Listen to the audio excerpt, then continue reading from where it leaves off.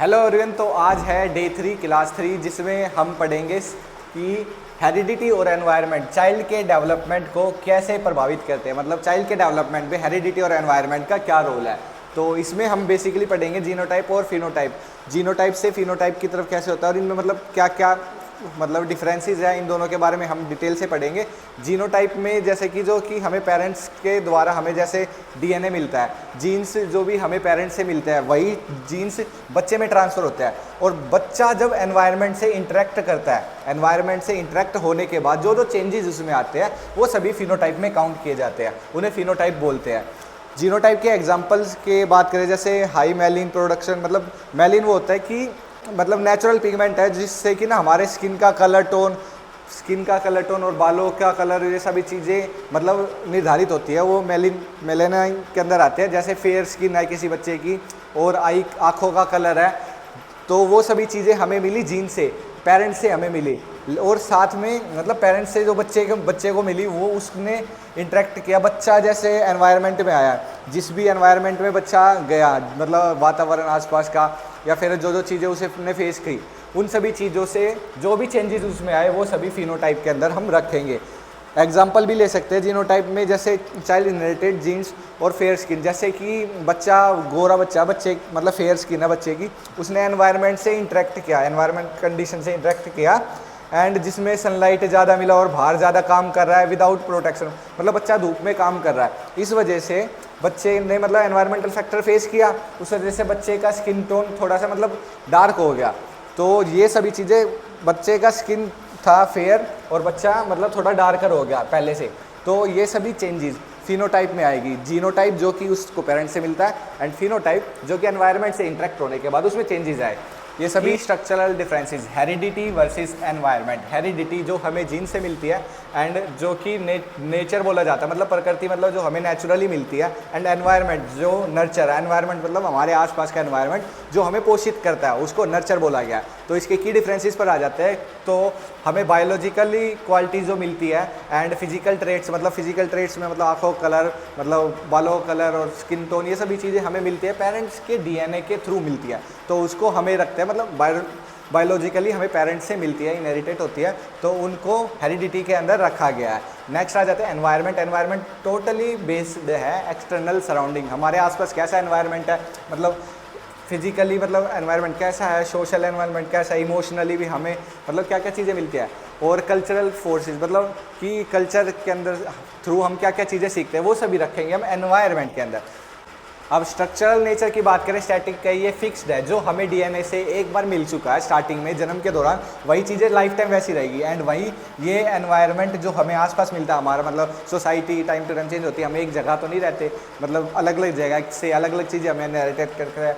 Cultural मतलब चीज़ें भी चेंजेस होती है, इकोनॉमिक चीज़ें या ये सभी चीज़ें चेंज होती रहती है। तो इसलिए इसे हाईली डायनेमिक बोला गया है कि इसको चेंज किया जा सकता है लेकिन इसको चेंज नहीं किया जा सकता। वहीं एग्ज़ाम कोड इसकी बात करें, ये मतलब फाउंडेशन से जो हमें मिलती है, इंडिविजुअल की पर्सनैलिटी होती है, वो सभी सेम ही होती है। मतलब जो स्टार्टिंग में वो हमें मिल गई उसी में थोड़ा बहुत उसी को लेकर हम चलते हैं, थोड़ा बहुत चेंजेस करते हैं।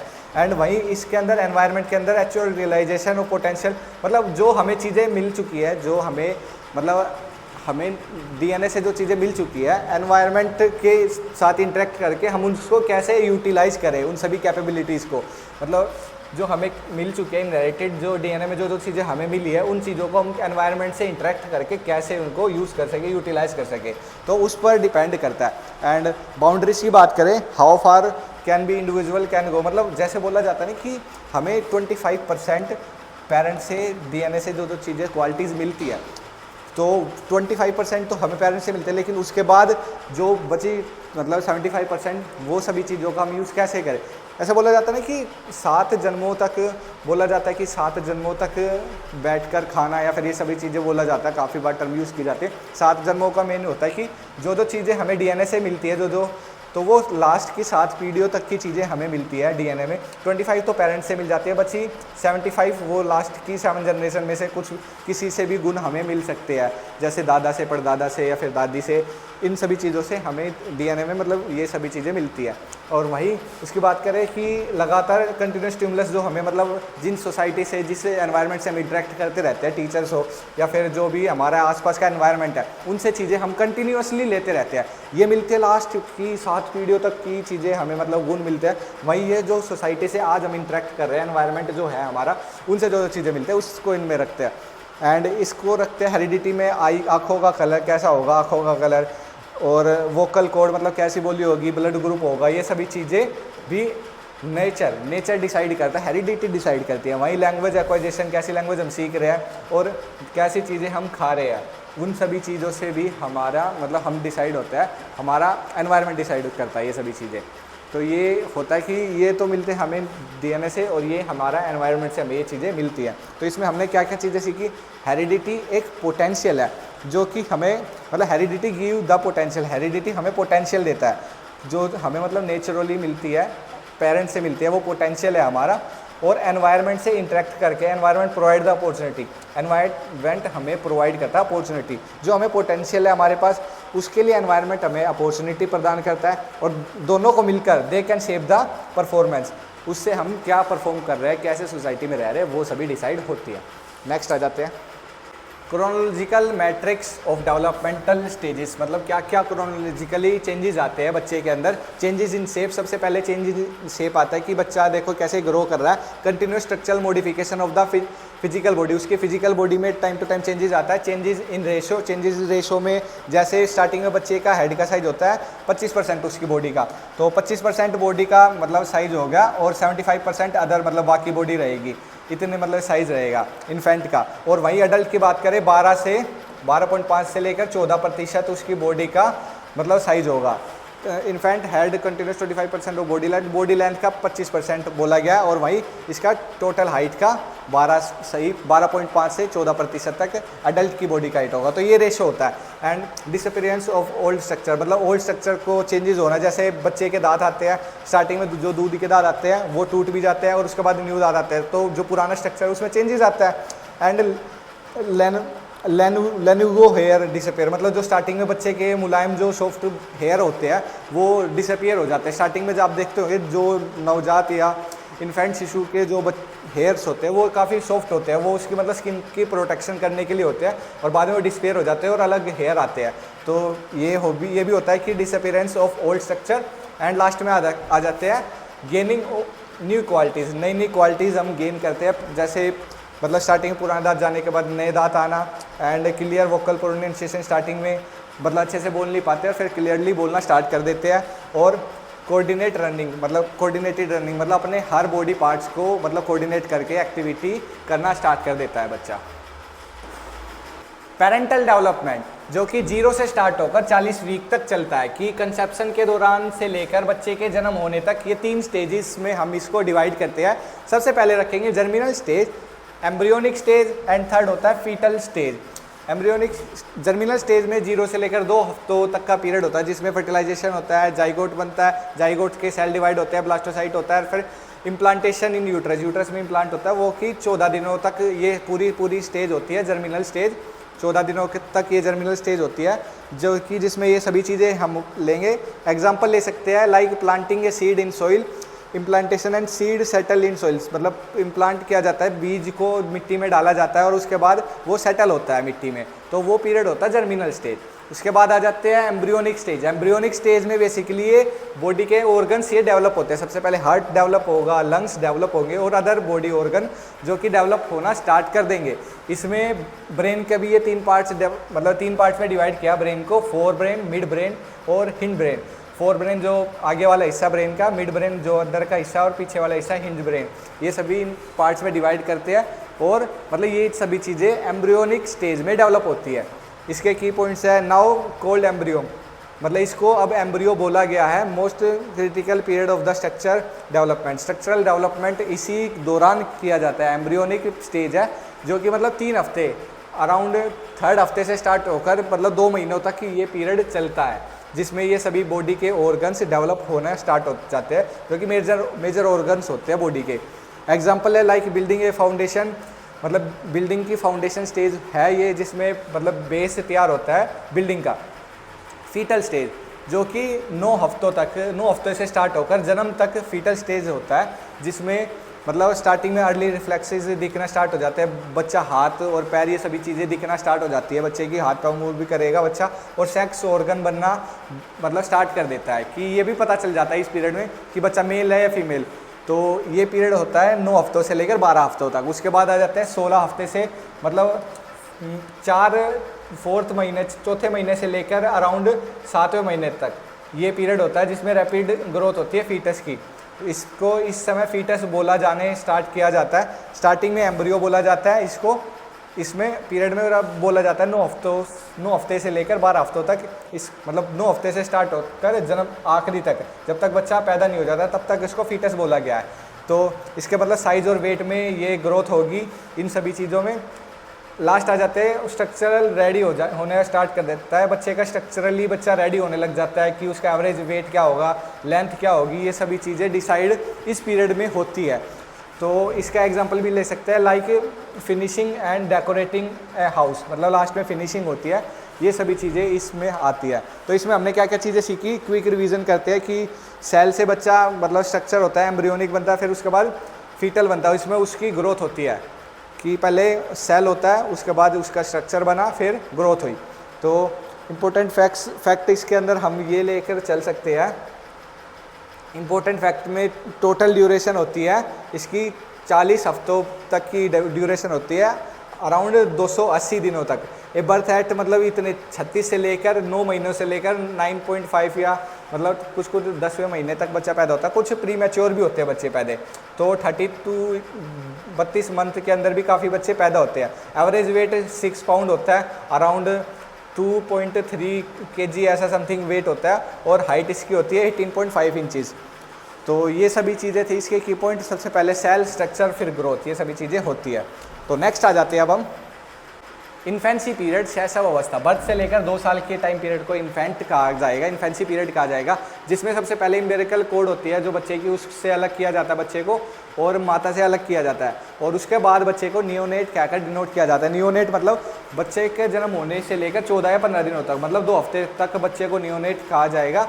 और फिजिकल एंड साइकोलॉजिकल जो चीज़ें चेंजेस आएगी, जैसे बच्चा ये भी चीज़ें देखी जाएगी, 7 से 8 पाउंड होगा, मतलब इस टाइम पीरियड में 3.2 kg से मतलब 3 से 3.5 किलो तक का बच्चा होगा। उसकी हाइट ये होगी 19 से 20 इंचज़। और जो कि स्टार्टिंग में मैंने बताया था कि बच्चे के हेड का साइज़ अराउंड 25% उसके बच्चे के सर का साइज़ होता है, और फिर अदर बॉडी उसकी 75% होगी। बच्चे के सर का साइज़ 25% और अदर 75% होगी।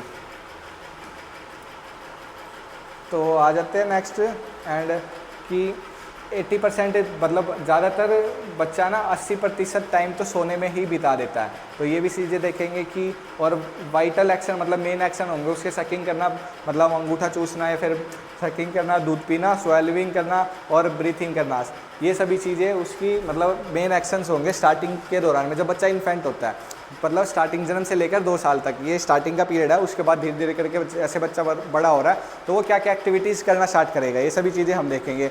तो जनरल एक्टिविटी में सबसे पहले बच्चा अपने हाथ पैर को मूव करना सीखेगा। उसके बाद स्पेसिफिक एक्टिविटी मतलब फाइन मोटर्स का यूज़ करेगा, अपनी छोटी छोटी मसल्स का यूज़ करके, जैसे बारीक खिलौनों को हाथों से उठाना, ये सभी एक्टिविटीज़ करना स्टार्ट कर देगा। अपने बॉडी पार्ट्स को मतलब बारीक काम को भी करना स्टार्ट कर देगा।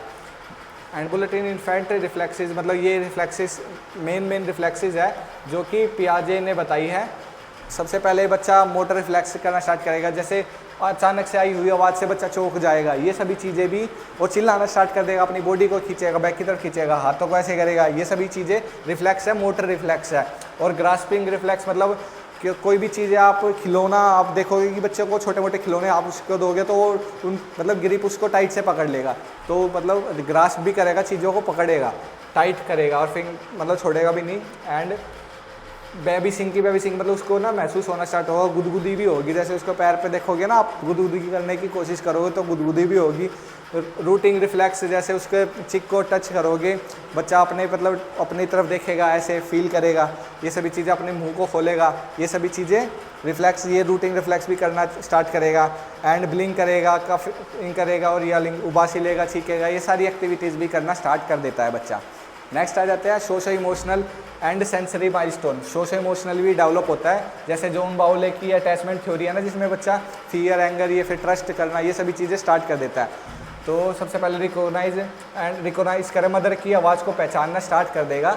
मतलब 2 साल तक जब बच्चा 2 साल के करीब पहुंचना स्टार्ट करेगा बच्चा, तो रिस्पॉन्स स्माइल करना, टच करना, मतलब छूना से पता चलेगा और फील करेगा। जैसे फेस को टच करोगे तो ऐसे मतलब हंसेगा, स्माइल करेगा बच्चा, ये सभी एक्सप्रेशन शो करना स्टार्ट करके देगा बच्चा। एंड कम्युनिकेट करना स्टार्ट करेगा सोसाइटी से, मतलब कोई भी अननोन उसके सामने आएगा तो मतलब अपनी माता को और अनजान को पहचानने में फ़र्क करेगा कि ऐसा नहीं है अनजान के साथ और माता के साथ सेम बिहेवियर में सेम एक्सप्रेशन दे, नहीं, मतलब अनजान को देखकर घबराएगा नहीं भी जाएगा बच्चा उसके पास, ये भी चीज़ें भी करेगा। एंड सेंसरी कैपेबिलिटी भी आएगी, जैसे विज़न भी डेवलप होना स्टार्ट कर देगा, मतलब इस स्टेज में विज़न भी डेवलप होना स्टार्ट हो जाता है। एंड 20/20 एडल्ट विज़न इस टाइम पर आ जाता है, 1 ईयर के अंदर, मतलब 1 साल के अंदर 20/20 20/20 मतलब 6/6 की आई साइट बच्चे के अंदर आने स्टार्ट कर देती है। एंड टच करना, पेन होना महसूस, स्मेल करना और टेस्ट करना, ये सभी चीज़ें बच्चा फील करना स्टार्ट कर देता है। तो अर्ली चाइल्डहुड, पूर्व बाल्यावस्था, ये 2 साल से 6 साल के टाइम पीरियड को पूर्व बाल्यावस्था कहकर डिनोट किया गया है। इसको बेसिकली एरिक एरिक्सन ने प्री स्कूल पीरियड भी बोला है, मतलब 6 साल के अराउंड ही बच्चा स्कूल जाना स्टार्ट करेगा, तो 6 साल से पहले के पीरियड को प्री स्कूल बोला गया। एंड प्री गैंग एज, बच्चा स्कूल में जाएगा उसके बाद ही दोस्त बनाएगा, उनके साथ गैंग बनाएगा, तो इस पीरियड को प्री गैंग एज कहकर डिनोट किया गया। एंड टॉय एज मतलब इसी टाइम पीरियड पर ही तो बच्चा प्ले स्कूल्स में जाता है, मेनली मतलब खिलौनों के साथ खेलता है ज़्यादातर 2 साल से 6 साल तक, तो इसको टॉय एज भी कहा गया है। एंड कॉग्निटिव फ्रेमवर्क की बात करें, जीन पियाजे ने इस 2 साल से 6 साल तक मतलब अर्ली चाइल्डहुड को, मतलब उसमें क्या क्या विशेषता बताई है कि इसमें क्या क्या होता है। एनिमिज्म होता है कि बच्चा मानता है कि जो खिलौना है उसके अंदर फीलिंग्स है, लाइफ है और इंटेंशन है, मतलब कि जो खिलौना वो जीवित है। बिलीव्स टॉय हैव लाइफ, खिलौने के अंदर जान है, ये मानता है। हाईली ईगोसेंट्रिक होता है बच्चा, ईगोसेंट्रिक होता है, ये लिखा हुआ है, see the world only for their own point of view, कि मतलब पूरा वर्ल्ड उसके पॉइंट ऑफ व्यू से के अकॉर्डिंग चलना चाहिए। वो मानता है कि सभी चीज़ें उसके अकॉर्डिंग हो, जो वो सोच रहा है वही चीज़ें है रियल वर्ल्ड में, तो ईगोसेंट्रिक रहता है बच्चा। बिलीव इन इनमेनेंट जस्टिस, मतलब बच्चा ये भी मानता है कि इमैनेंट जस्टिस मतलब होता है कि अगर वो रूल तोड़ेगा तो मतलब उसको ऑटोमेटिकली दंड दे दिया जाएगा, तो वो रूल नहीं तोड़ेगा। स्टार्टिंग में बच्चा यही चीज़ें सभी सोचता है स्टार्टिंग में। Psycho analytical and behavioural framework, जिसमें जो कि सिगमंड फ्रॉइड के द्वारा लाई गई, जिसमें नार्सिसिज्म के बारे में बताया इन्होंने कि बच्चा सेल्फ सेंटर्ड रहता है, सेल्फ सेंटर्ड फोकस करता है और केवल अपने बारे में ही सोचता है और किसी के बारे में बच्चा नहीं सोचता। सारी मतलब पॉइंट ऑफ व्यू सब चीज़ों का वह सेंटर में वही रहता है, ईगोसेंट्रिज्म की तरह। And age of irrational thinking करना स्टार्ट करता है बच्चा कि action are not based on formal logical structure, मतलब इलॉजिकल बातें करता है बच्चा। इसमें बेसिकली लॉजिक नहीं आता है, इस टाइम पर लॉजिक आना बाद में स्टार्ट होता है। अर्ली चाइल्डहुड में इलॉजिकल इरेशनल बातें करता है बच्चा। लैंग्वेज एंड लर्निंग के बारे में बात करें तो B.F. स्किनर ने दी है, ये चाइल्ड लैंग्वेज एक्वायर करता है रैपिडली, जल्दी और इमेट करके सीखता है और रेनफोर्समेंट की सहायता से उसमें सुधार होता है। And this stages build a foundation for code language, foundation करती है, मतलब ये मेन स्टेज होती है, इसी में जो कि फाउंडेशन स्टेज बोला जाता है इसको।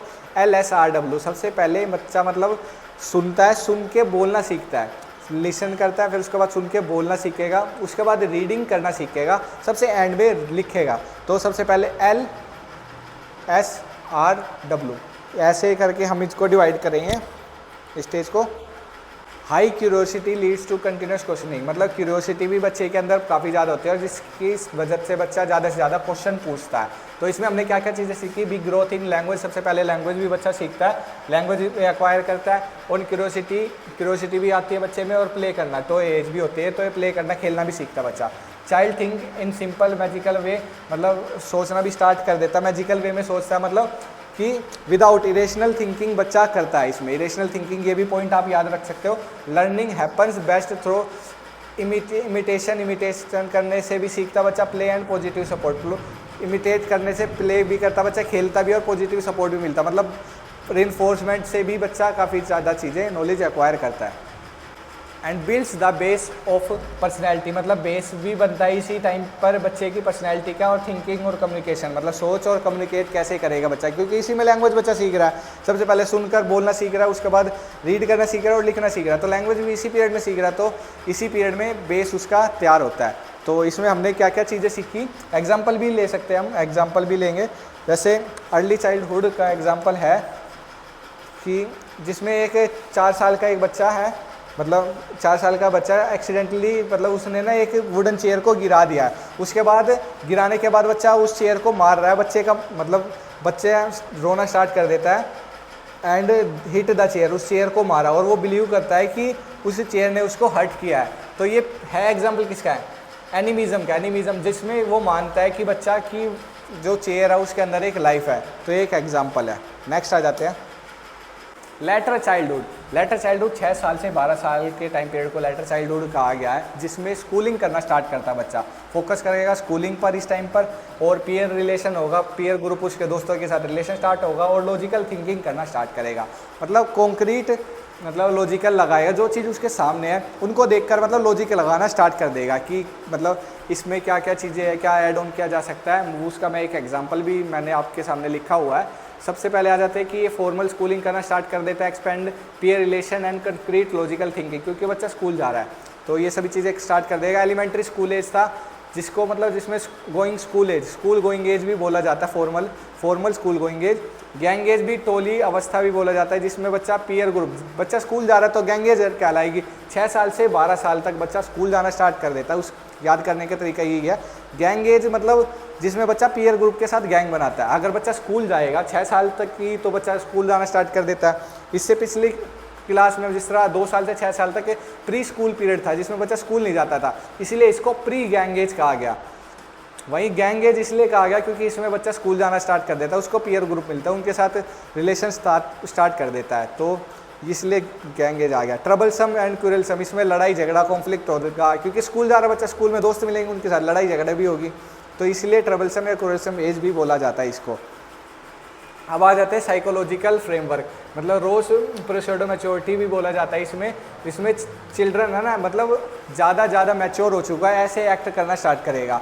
एक चाइल्ड ट्राइज टू टॉक, मतलब बोलने की कोशिश करेगा, ड्रेस ऐसे पहनेगा कि वो बड़ा हो चुका है, एंड बिहेव भी ऐसे करेगा कि बच्चा बड़ा हो चुका है, कि उसकी ड्रेसिंग सेंस, उसके बोलने के तरीके देखते होंगे आप अपने आसपास कि 6 साल से 12 साल तक के छोटे बच्चे जो होते हैं वो ऐसे बिहेव करेंगे कि वो बड़े औरों की एक्टिंग करेंगे, नकल करेंगे, तो इसीलिए इसको मतलब ये बोला जाता है कि प्रोसेडो मैच्योरिटी, रोज प्रोसेडो मैच्योरिटी। सिगमंड फ्रॉयड की है लेटेंसी स्टेज भी बोला जाता है, जिसमें सेक्सुअल डिज़ायर्स होते हैं वो कम होना स्टार्ट कर देती है। सेक्सुअल डिज़ायर्स जैसे बच्चा मदर मतलब वो दूध पीता है माता का तो सकिंग करता है वो सभी डिज़ायर्स कम होना स्टार्ट हो जाता है 6 साल से 12 साल, क्योंकि उसमें ना बच्चा ज़्यादातर स्कूल में रहता है ज़्यादा टाइम तक। स्कूल जाने की वजह से उसका मतलब ध्यान मतलब स्पोर्ट्स में रहेगा, उसके फ्रेंड्स के साथ रहेगा, और स्टडीज़ इन सभी चीज़ों में बच्चा ध्यान देना स्टार्ट कर देगा, एकेडमिक पर भी ध्यान देगा, तो सेक्सुअल डिज़ायर्स बच्चे की थोड़ी सी उससे कम होना स्टार्ट कर देती है। And Erik Erikson industry versus inferiority, या तो बच्चा एरिक एरिक्सन की स्टेज है, इसमें बच्चा या तो मतलब स्कूल जा रहा है रोज़ बच्चा, तो ज़्यादा मार्क्स लेकर आने हैं, मतलब स्पोर्ट्स में अच्छा करना उसको, इन सभी चीज़ों में लगा रहेगा, या तो उसके अंदर कॉन्फिडेंस बिल्ड होगा कि या तो अच्छा स्कोर करेगा या अच्छा परफॉर्म करेगा, अदरवाइज़ वो गिल्ट में चला जाएगा कि मैं अच्छा क्यों नहीं कर पा रहा हूँ। तो ये सभी चीज़ें, ये फीलिंग भी इसमें आएगी। जीन पियाजे की है concrete operational stage, concrete operation Jean पियाजे की 4 स्टेज है, SPCF, sensory motor, pre operational, concrete और फॉर्मल ऑपरेशनल, ये 4 स्टेज है, जिसमें इस टाइम पर मतलब 6 साल से 12 साल तक सी वाले 3rd स्टेज पर होते हैं, जिसमें कंक्रीट ऑपरेशनल मतलब जो चीज़ें ऑब्जेक्ट उसके सामने होती है उनको उनके अकॉर्डिंग लॉजिक लगाना स्टार्ट कर देता है। देखकर बच्चा लॉजिक लगा लेगा, लेकिन एब्स्ट्रैक्ट थिंकिंग नहीं कर पाएगा। एब्स्ट्रैक्ट मतलब होता है जो चीज़ें उसको दिखाई नहीं दे रही उन चीज़ों के बारे में भी सोचना, तो वो चीज़ें नहीं कर पाएगा। तो इसमें कॉन्क्रीट ऑपरेशनल स्टेज कहकर डिनोट किया गया है। एग्जांपल ले लेते हैं, अंडरस्टैंडिंग, कंजर्वेशन, क्लासिफिकेशन, मतलब चीज़ कंजर्व करना, चीज़ों को इकट्ठा करना, मतलब उनको डिवाइड करना, क्लासीफाई करना, रियल ऑब्जेक्ट की हेल्प से कर पाएगा केवल। मतलब जैसे हमने एक एग्जांपल लिया, इसमें बच्चा को ब्लू कलर की बॉल, ग्रीन और रेड, ये 3 कलर की बॉल है, इन सभी को मतलब अलग कर पाता है। कंक्रीट ऑपरेशनल लॉजिक, मतलब कंक्रीट उसके सामने है चीज़ें, वो कलर को देखकर अलग अलग कर पा रहा है, उनको मतलब साइज के अकॉर्डिंग या कलर के अकॉर्डिंग डिवाइड कर पा रहा है, क्योंकि ऑब्जेक्ट रियल में उसके सामने है, तो इसलिए इसको कंक्रीट ऑपरेशनल बोला गया है। एडोलसेंस पीरियड 12 साल से 18 साल के पीरियड को एडोलसेंस पीरियड कहा गया है। इसमें चाइल्डहुड मतलब बाल्यावस्था से किशोरावस्था अडल्टहुड की तरफ ट्रांजिशन होता है। इसमें मतलब प्रोफाउंड फिजिकल, हार्मोनल और साइकोलॉजिकल चेंजेस आते हैं बच्चे के अंदर। ये आप सभी देख सकते हैं, फिजिकल भी चेंज होता है, हार्मोनल भी चेंजेस आते हैं, उनके बारे में बताऊंगा, और साइकोलॉजिकल भी चेंजेस आएंगे। तो इसमें the propaganda of stress and स्ट्रोम, इसमें स्ट्रेस और स्ट्रोम का सामना बच्चा ज़्यादा करता है। मतलब इसमें ना बहुत ज़्यादा स्ट्रेस का पीरियड होता है, क्रिटिकल पीरियड होता है, कि मतलब इसमें मेनली 12 साल से अराउंड 8th क्लास के बाद बच्चा पहुंच जाता है, 8वीं 9वीं 10वीं क्लासेज में बच्चा पहुंच जाता है।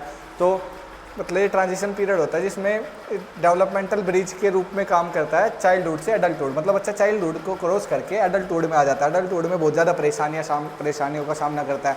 इसमें सेक्सुअली भी काफ़ी ज़्यादा चेंजेस आते हैं, जैसे सेक्सुअल मैच्योरिटी आने स्टार्ट कर देती है, बच्चा वॉइस चेंज होने स्टार्ट कर देती है, गर्ल्स से मेंस्ट्रुएशन साइकिल भी स्टार्ट हो जाता है गर्ल्स का। तो अचानक से इतनी ज़्यादा चेंजेस देखता है बच्चा कि चाइल्डहुड में तो बहुत मज़े से जी रहा था बच्चा, पीयर ग्रुप के साथ खेल रहा था, अपनी मस्ती में था। अब अडल्टहुड में थोड़ी जिम्मेदारियाँ स्टार्ट हो जाती है बच्चों, तो इसलिए बच्चा स्ट्रेस फील करता है। तो चेंजेस मैंने बताया, सेक्सुअल मैच्योरिटी भी आने चालू हो जाती है, आइडेंटिटी क्राइसिस भी होने लग जाता है बच्चों का कि हु एम आई, मतलब मैं कौन हूँ, मतलब मुझे क्या करना है, मतलब करियर में क्या चूज़ करना है, चूजिंग करियर पाथ, क्या चीज़ें करनी है, वैल्यू, लाइफस्टाइल, मेरा लाइफस्टाइल क्या होगा, इन सभी चीज़ों को लेकर बच्चा कन्फ्यूज़न में रहता है और स्ट्रेस फील करता है। स्ट्रेस फील करने का मैं आपको सभी कारण बता रहा हूँ कि ये सभी चेंजेस बच्चे में आते हैं तो स्ट्रेस फील करता है। एंड हीरो वर्शिप टेंडेंसी भी आ जाती है बच्चों में कि किसी को भी रोल मॉडल मान लेता है अपना, किसी सिंगर, एक्टर या फिर XYZ अपनी मतलब आसपास जो भी जिन्हें भी देखता है उनको एक रोल मॉडल के तरीके से मानता है और उनकी कॉपी करने की कोशिश करता है बच्चा। एंड कॉग्निटिव रीच भी होती है बच्चों की कि थिंकिंग अबाउट जस्टिस, सच्चाई क्या है इस चीज़ के बारे में, फ्यूचर क्या होगा मेरा, और सोसाइटी ऐसा कर क्यों रही है, ऐसा क्यों होता है, और अलग अलग थ्योरीज़ के बारे में सोचना स्टार्ट कर देगा बच्चा कि इस थ्योरीज़ में ऐसा क्यों बोला गया है, ऐसा क्यों हो रहा है, इनके मतलब सर्च करेगा बच्चा, जानने की कोशिश करेगा, कॉग्निटिव रीच करेगा, खोजने की कोशिश करेगा। और अल्टरनेटिव नेम्स इसको बोला जाता है गोल्डन एज। क्वेश्चन आ जाता है कि गोल्डन एज किसको कहा जाता है, तो एडोलसेंस को गोल्डन एज कहा जाता है और स्प्रिंग सीजन भी कहकर डिनोट किया जा सकता है इसको। तो एग्जाम्स में ये टर्म आ जाए तो आप बता सकते हैं कि 12 साल से 18 साल तक एडोलसेंस पीरियड को कहा जाता है। Theories of adolescence, Stanley hall के द्वारा ये थ्योरी दी गई जिसमें बच्चे मतलब सडन चेंजेस चल रहा होता है, सडन चेंज होता है। जैसे इसमें मतलब काफ़ी सारी चीज़ें आप देख सकते हो कि पर्सनैलिटी के बारे में सोचना स्टार्ट कर देता है कि मैं हूँ कौन, आइडेंटिटी क्राइसिस होता है, और इसमें सेक्स मैच्योरिटी भी आने स्टार्ट कर देती है, हीरो वर्शिप टेंडेंसी, अलग अलग चीज़ों के बारे में खोजना स्टार्ट कर देता है, स्ट्रेस पीरियड भी होता है। तो इसमें अचानक चेंज आता है, इसको इसलिए मतलब स्टैनली हॉल ने सडन चेंजेस क्या डिनोट किया है, इसने सडन चेंजेस आते हैं पर्सनैलिटी में।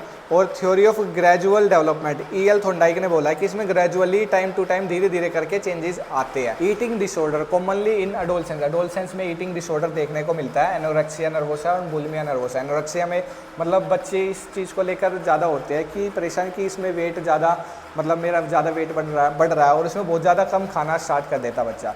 और वहीं बुलिमिया नर्वोसा में बच्चा ओवर ईटिंग करना स्टार्ट कर देता है और इतना ज़्यादा खा लेता है कि वोमिटिंग करने तक की नौबत आ जाती है।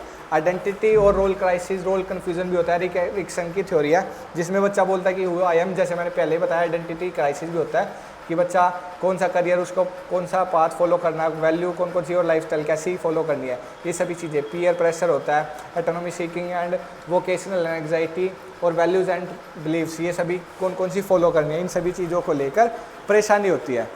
एंड जैसे की चेंजेस पर बात करते हैं, की चेंजेस इसमें क्या क्या सीखे हमने। सबसे पहले फिजिकल चेंजेस, जैसे आप सभी देखते हो एडोलसेंस में आते हैं फिजिकल चेंजेस आ जाते हैं, और इमोशनल अप्स एंड डाउन्स भी आते हैं, इमोशनली अप्स एंड डाउन्स आते हैं बच्चे के अंदर। आइडेंटिटी सर्च भी करना स्टार्ट कर देता है बच्चा कि कौन सी आइडेंटिटी। सोशल इन्फ्लुएंस, सोसाइटी का भी इन्फ्लुएंस होता है इसमें बच्चे का। और ग्रोथ टुवर्ड्स मैच्योरिटी की तरफ ग्रोथ भी होती है बच्चे की, मैच्योरिटी भी होती है, जैसे थ्योरीज ऑफ एडोलसेंस में मैंने बताया। तो ये सभी टेक अवे थे, मतलब ये चीज़ें हमने सीखी इससे। Thank you so much. अगर वीडियो अच्छी लगी हो तो लाइक करें, सब्सक्राइब करें। मिलते हैं नेक्स्ट वीडियो में। Take care.